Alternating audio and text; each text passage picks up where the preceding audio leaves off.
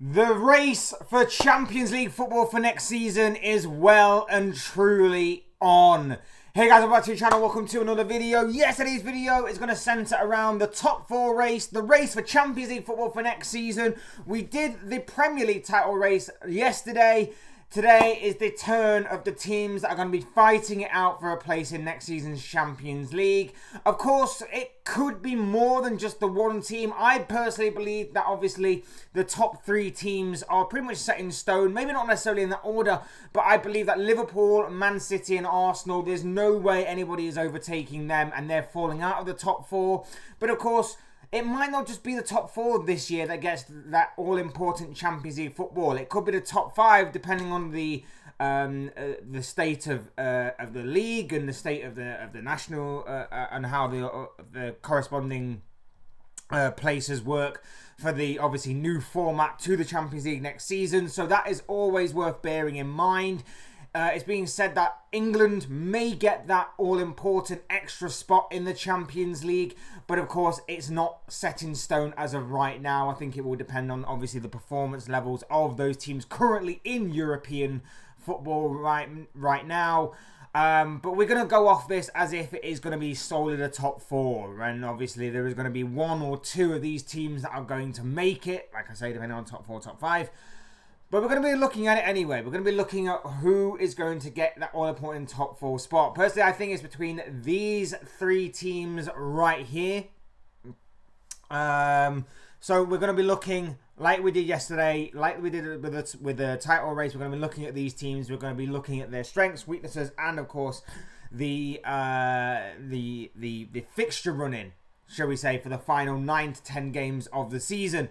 But before we get into all of that, I would like to remind you, please like the video and also subscribe if you're new. Both things are always and very greatly appreciated. Get involved in the comment section as well. I'm sure it all make for interesting reading, whatever you've got to say on this particular topic. So please do get involved. But without further ado, let's get on with the video. Let's get on with talking about the top four race and these teams that are on display right here. First and foremost, let's have a look at the table. Like I say, I think the top three are set in stone. Arsenal, Liverpool and Manchester City, they are staying in the top three. I don't see them falling out of it. Don't see them not gaining Champions League football for next season. Whether they finish in that order or not obviously remains to be seen. But those three are certainly going to be in the top three in some way, shape or form this season. Beyond that though, currently occupying that top four spot is Aston Villa. They are 3 points clear of Tottenham, who are in 5th, but they do have a game in hand over Villa, due Ange Postecoglou's side, so that one could be very interesting. And I think on the outside chance, you've got Manchester United currently in 6th. The way that United are currently in this conversation is baffling, considering the type of season that they've had, and of course the amount of problems that they've had as well. So, as much as I hate to say it, I think that Erik ten Hag and United do deserve some level of credit for overriding those issues and actually getting into this conversation. You can maybe even look further down a little bit at 7th place West Ham, who are 12 points behind Aston Villa in 4th. But of course, they have also played 29 games as well. So they have got a game over the likes of United and Tottenham, which could be telling.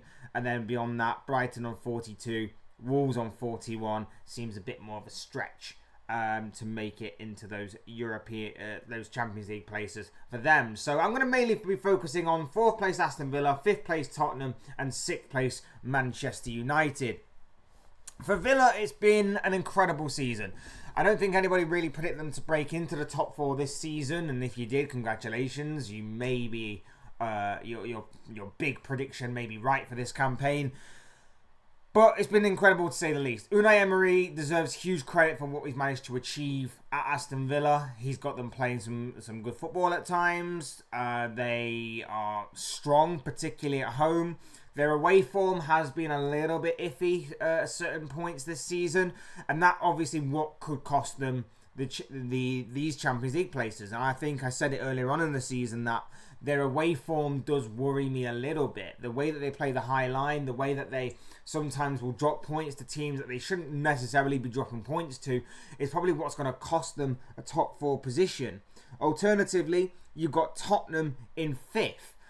playing some really good football under Ange Postecoglou at times. It's not necessarily a full 90 minutes worth of beautiful football. There are somewhat 20-minute spells here and there throughout games that are just beautiful Tottenham football.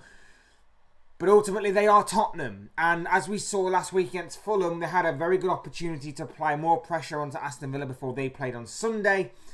And yet, Tottenham bottled it against Fulham. And bottled it pretty heavily in that heavy, humiliating, embarrassing defeat to Marco Silva's side that ultimately didn't put a lot of pressure on Aston Villa at all. Now, Villa did actually go on and drop points themselves, so Tottenham will be extra kicking themselves for not taking advantage of the opportunity presenting itself. So, yeah, will the pressure again get to Tottenham? Have teams started to find Ange Postecoglou's system out? Have teams started to find Tottenham out in general? That is what is going to be interesting during the run-in to the final days of the campaign for this season, as to whether or not this Postecoglou system is sustainable and whether or not it can work for the long term. And then you've got Manchester United, who are a bit awkward. They obviously have the squad to pull this off. They, of course, have the individual moments to pull this off. But is that lack of unity, is that lack of consistency going to be enough to see them get across the finish line and back into Champions League football for next season? They still could fall into it by getting fifth and obviously having that spot be given to the Champions League place. Obviously, like I say, again, it remains to be seen whether that or not that's going to be the case. There is a bit of up in the air about that, whether that's going to be the case or not. But United, and I've said this time and time again, could be the team to have a poor season and then fall arse backwards into the Champions League for next season. It could genuinely be possible, and it's something that I've been talking about for the past week or so, especially after seeing Spurs bottle it a couple of weeks ago, especially after seeing Villa drop points a couple of weeks ago, and then seeing United pick up that incredible victory in the FA Cup against Liverpool. Now, I know people will say it's only the FA Cup, it's probably just a one-off game, but those are the kind of games that can build confidence. Those are the kind of games you can base a platform on to build upon for future games to come. And obviously, with the likes of Rasmus Højlund back in the fold and back in the starting 11 for Manchester United, that is a boost in itself, as he was really starting to pick up a bit of good form. And good goal scoring form and good consistency in front of goal before, of course, his timely injury took him away from that. So there is a lot there of strengths and weaknesses for both of these sides. Villa are good at home, not necessarily good away. They've also got Europa Conference League football to contend with as well, which is another thing worth pointing out, that could obviously play into effect. The fact that they could go for a trophy as well as a top 4, top 5 place in the Premier League for them could be big for Unai Emery's side. You've got Tottenham that have got nothing to play for other than Champions League football for next season. But then again, they are Tottenham, so it's about overcoming that mentality block that I still think is within the club. And then you've got Manchester United, who have got FA Cup football to look forward to. They've got an exceptionally good chance of getting through to the final. They've got a very favourable draw in the semi-final stage of that competition. I think they've also probably got the better run-in from now until the end of the campaign when in comparison to the other two. And I would say they've probably got the better quality in terms of individual moments to turn games around. When we look at the run-in for the final 9 to 10 games of the season, we'll start with Villa, who are currently occupying that top 4 spot. Wolves, big Midlands clash there. Wolves are still playing for some kind of European football, so that could be interesting there. City, obviously we know about City's situation with them chasing the Premier League. Brentford, who haven't been great this season, that should be 3 points for Villa, you would imagine. But then after that, they have got Europa Conference League football that is either side of a game against Arsenal. Massive game against Arsenal. Obviously, again, we know Arsenal's situation with them chasing the Premier League. That could be a big game for both of those sides. Bournemouth then follow after the Europa Conference League. Again, Bournemouth should be middle of the table. They should be home and dry, but obviously we don't know what the situation is going to be like when that game comes to it. Chelsea, not exactly been great this season, but we'll want to kind of finish the season off on a bit of a high, but we'll wait and see on that one. That one should be there for the taking for Aston Villa. Brighton, Liverpool, and then Palace. And again, we know about Liverpool's situation. Palace, we know, are in a bit of a relegation battle, so that could be very interesting on the final day of the season. Brighton chasing European football of some kind. It'll be interesting. It'll be very interesting to see how Villa end their campaign. It's not exactly the most difficult, but it isn't exactly easy either. And if they obviously get through in the Europa Conference League, that could add more games and more minutes to those legs. And it's all about how far that squad, that is already being a little bit stretched in my opinion, will be able to go forward from there. You look at Spurs' games, you've got Luton. Again, this weekend is going to be massive for them. It's obviously looking likely towards a Spurs victory there, but we know that Luton play with a lot of heart, a lot of desire, and of course are in a relegation battle themselves, so they could instantly turn up the pressure a few notches on Spurs, give them a bit of a run for their money. And we know that if obviously they had their shooting boots on earlier on in the season, Luton very well could have pulled off a bit of an upset against Tottenham earlier on in the campaign.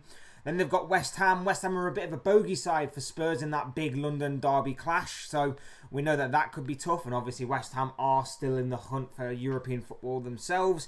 Then we've got Forest. Going to be interesting to see how that game goes, considering Forest are in a relegation battle. Newcastle, middle of the table, should be home and dry. Not really playing for much this season. So again, could be a bit more favourable for Spurs in that aspect. Arsenal.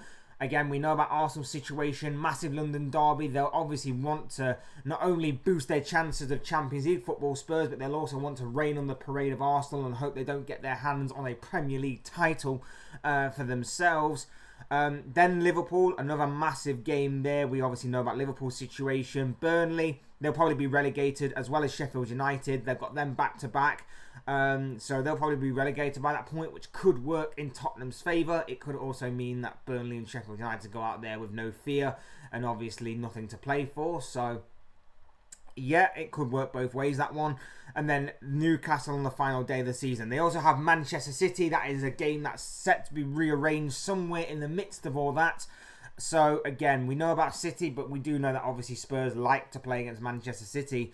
But this is going to be a different Spurs side to the one that City have played before. It's going to be a different approach from Ange Postecoglou's side.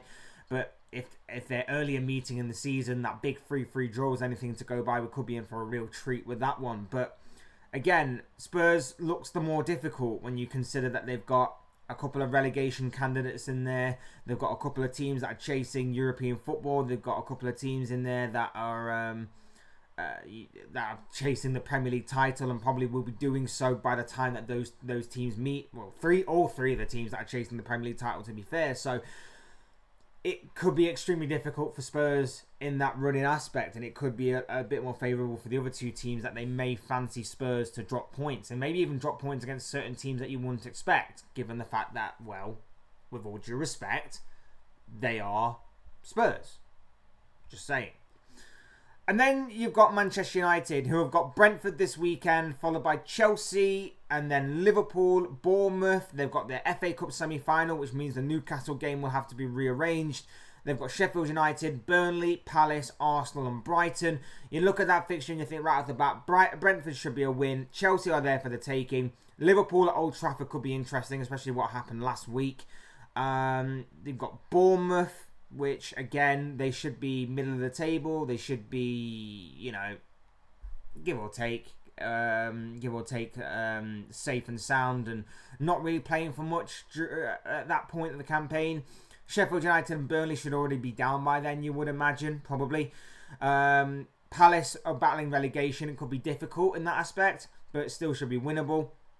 Arsenal going for the Premier League title. I said yesterday there could be a conflict of interest in that, because I'm sure United fans would really want Arsenal to win the title over City and Liverpool.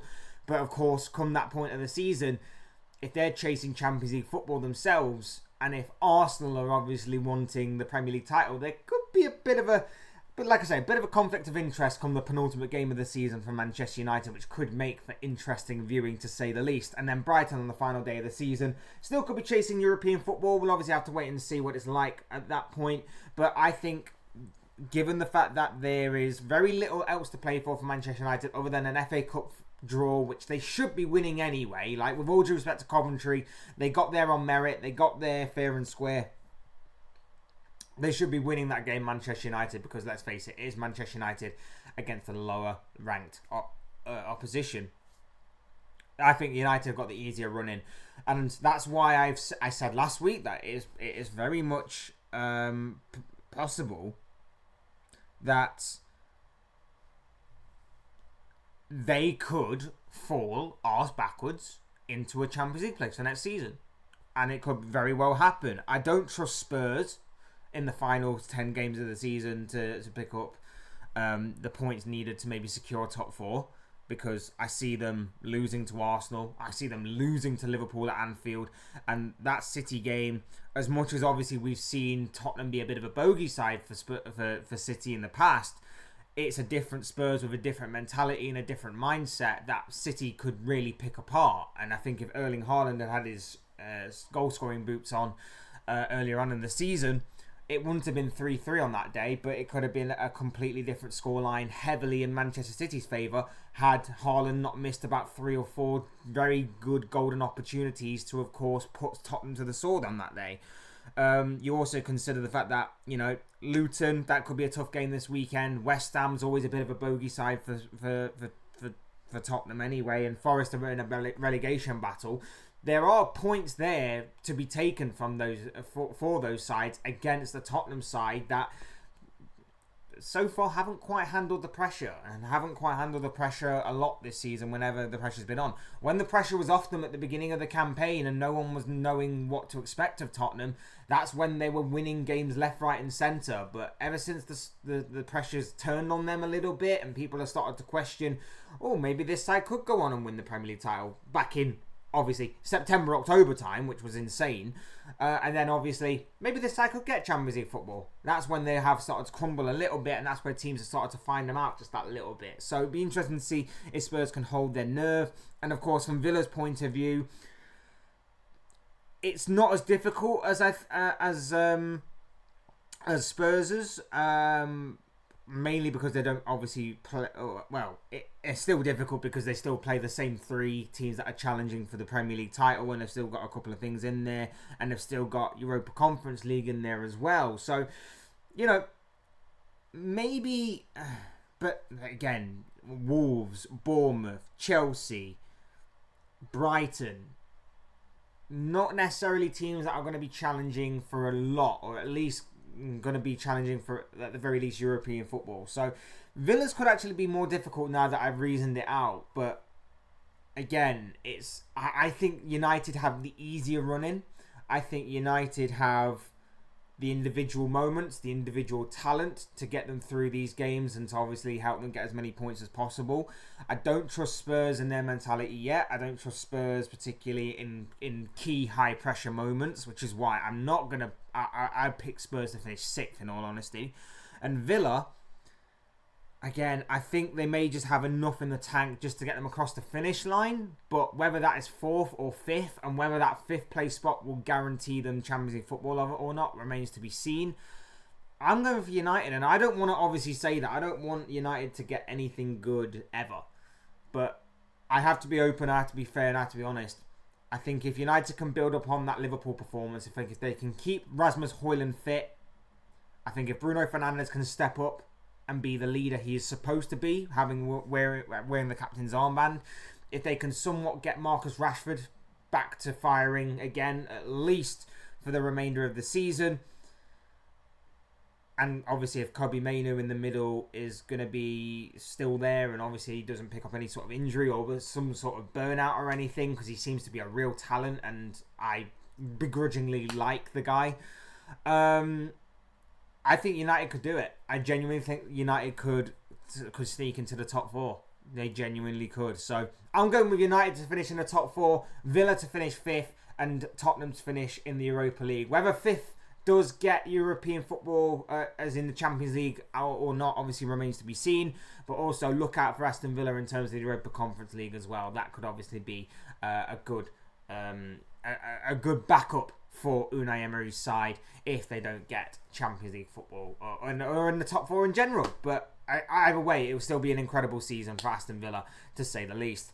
Those are your thoughts, comments, opinions, predictions, feelings, whatever you want to call it, of this guy. I want to know what you guys think. What do you make of the top four race this season? Who do you see filling the top four, top five, top six spots for the campaign? Let me know what you guys think and feel. Your thoughts, comments, opinions, predictions, feelings, whatever you want to call it, will make for great interest in reading, I'm sure, down below in the comment section. Otherwise, hit the like button on the way. If you enjoyed the video, subscribe if you're new or want to see more content like this. Both things are always and forever greatly appreciated. And as always, thank you all so much for watching and listening. I've been Fletch. This has been another Fletch Talks video. I will see and speak to you all again soon in another video or live stream or whatever it may be. Cheers, guys. Thanks everyone for watching. Take care. Enjoy the rest of your day. Speak to you all again very, very, very, very soon. Peace out.